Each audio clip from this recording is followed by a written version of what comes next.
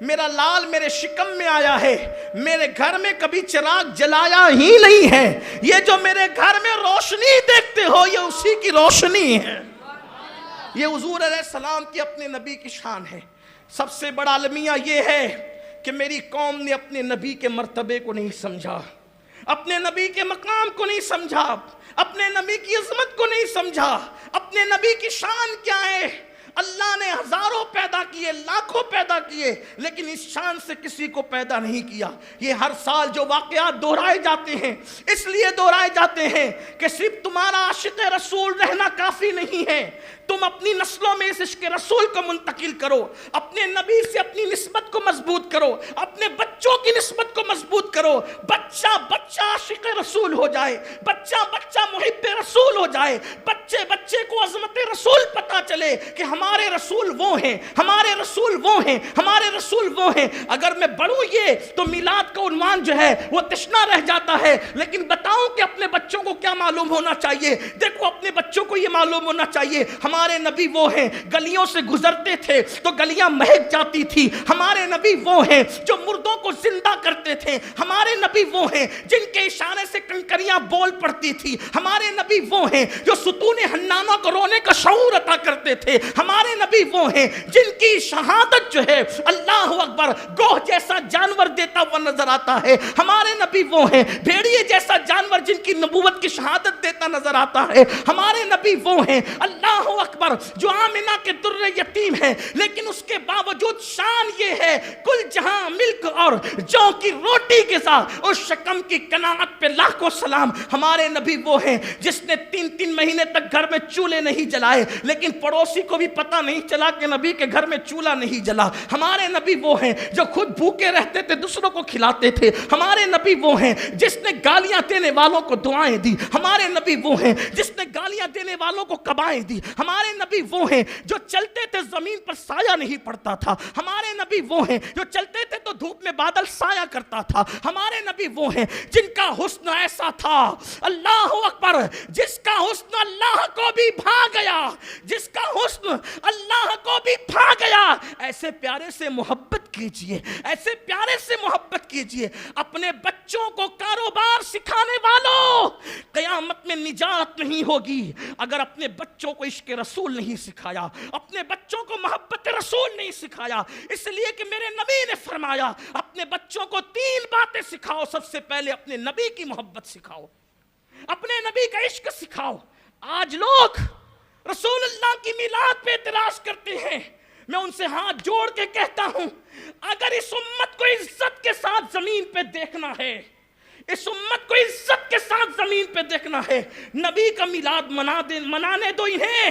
اگر تم انہیں نبی کا میلاد نہیں منانے دو گے تو یہ ویلنٹائن ڈے منائیں گے، اگر تم ان کو نبی کا میلاد نہیں منانے دو گے تو یہ یوم عشق منائیں گے، یوم محبت منائیں گے، لیکن جن کے پاس میلاد ڈے ہوگا وہ ویلنٹائن ڈے نہیں منائیں گے، کیونکہ ویلنٹائن ڈے یوم عشق ہے لیکن وہ کسی کی ناجائز عشق کی سزا ہے، اور میلاد مصطفیٰ خدا کے محبوب کی ولادت کا دن۔ ویلنٹائن ڈے بند نہیں ہوگا اگر میلاد کا موسم، میلاد ڈے حضور کی ولادت کا دن، اس لیے کہ وہاں کسی لڑکی کا حسن اور یہاں وہ حسن سراپا، سبحان اللہ، وہ حسن سراپا، وہ جس کا حسن اللہ کو بھی بھا گیا۔ واللہ اس شعر کی تشریح سننے کے آپ متحمل نہیں ہے ورنہ اس کی تشریح کرتا۔ جس کا حسن اللہ کو بھی بھا گیا، ایسے پیارے سے محبت کیجئے، عشق کرو ان سے، بچوں کو، بیٹیوں کے دل میں ان کا عشق پیدا کرو، محبت پیدا کرو۔ حضور علیہ السلام کی امی جان فرماتی ہیں کہ میرے شکم سے رات کے وقت نور کی کرنیں پھوٹتی تھی اور اس نور کی کرنوں کی روشنی کے اندر میں مشرق و مغرب کو دیکھ لیتی تھی، اس نور کی کرنوں میں میں مشرق و مغرب کو دیکھ لیتی تھی۔ یہ فرماتی ہے کوئی مہینہ ایسا نہیں گیا جس مہینے میں کوئی نبی آ کر اس نے مجھے مبارکباد نہ دی ہو، کوئی مہینہ ایسا، ہر مہینے نبی آتے تھے مبارکباد دیتے تھے۔ اب پھر وہ ہوا کہ ربیع الاول کا مہینہ آیا، اب یہاں ایک سوال آتا ہے، ربیع الاول بہار کا پہلا مہینہ، ہم سنیوں کی یہ بھی قسمت ہے، بہار کا پہلا مہینہ محمد الرسول اللہ کا ہے، سبحان اللہ، اور بہار کا دوسرا مہینہ غوث الاعظم دستگیر کا۔ سبحان اللہ، سبحان اللہ، سبحان اللہ۔ پہلی بہار میں مصطفیٰ جان رحمت ربیع الاول، مصطفیٰ جان رحمت ربیع الاخر غوث الاعظم دستگیر۔ کیا مناسبت ہے اس ربیع میں؟ تو میرے امام کہتے ہیں مصطفیٰ کے تنے بے سایہ کا سایہ دیکھا، جس نے دیکھا میری جاں جلوے زیبا تیرا۔ سبحان اللہ، سبحان اللہ۔ پہلا بہار کا مہینہ، یہ تو پتجھڑ میں بھی آتا ہے مولانا، یہ بہار کیسے؟ توجہ آپ کی، لوگ تو پوچھتے ہیں نا، جواب اپنی ذمہ داری بھی ہے، حالانکہ بچوں کے سوال کا جواب نہیں دیتے، لیکن نہ دو تو لوگ یہ نہ سمجھیں گرمی میں آ گیا پتجھڑ میں تو یہ ربیع الاول کیسے ہوا، یہ پتجھڑ میں آ گیا تو ربیع الاول کیسے؟ ہم نے کہا سنو، بہاریں دو طرح کی ہوتی ہے، ایک کو بہاریں جسمانی کہتے ہیں، ایک کو بہاریں جسمانی کہتے ہیں، اور ایک کو بہاریں روحانی کہتے ہیں۔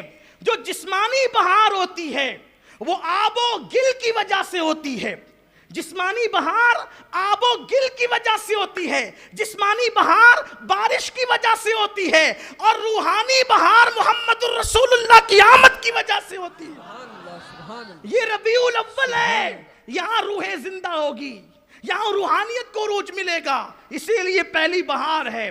اب ربیع الاول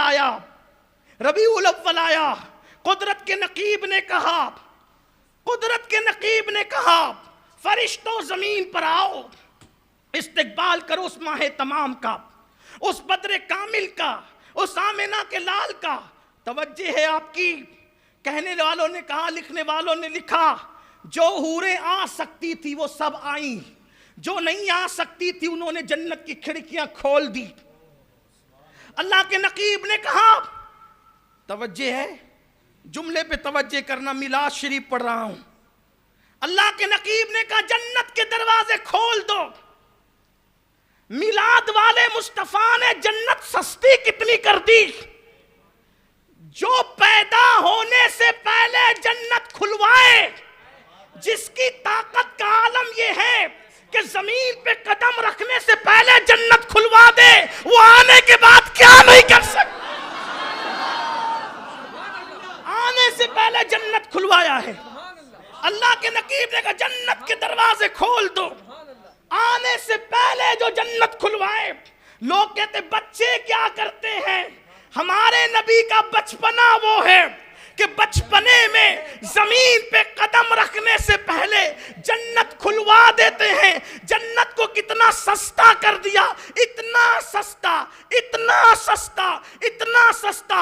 اوروں نے کہا اعتکاف کرو تو جنت ملے گی، اوروں نے کہا وہ سب ہمارے تاجدار، ہمارے آقا، ہمارے ماوا، ہمارے مولا، ہم تو ان کو مالک و مولا ہی کہتے ہیں جو سارے انبیاء ہیں، اس لیے کہ ہمارے امام نے کہا تھا انبیاء سے کروں عرض کیوں مالکو، ہم تو ان کو بھی مالک کہتے ہیں، لیکن فرق ہے، ان کو مالک کہتے ہیں اور ان کو مالک ہی کہتے ہیں۔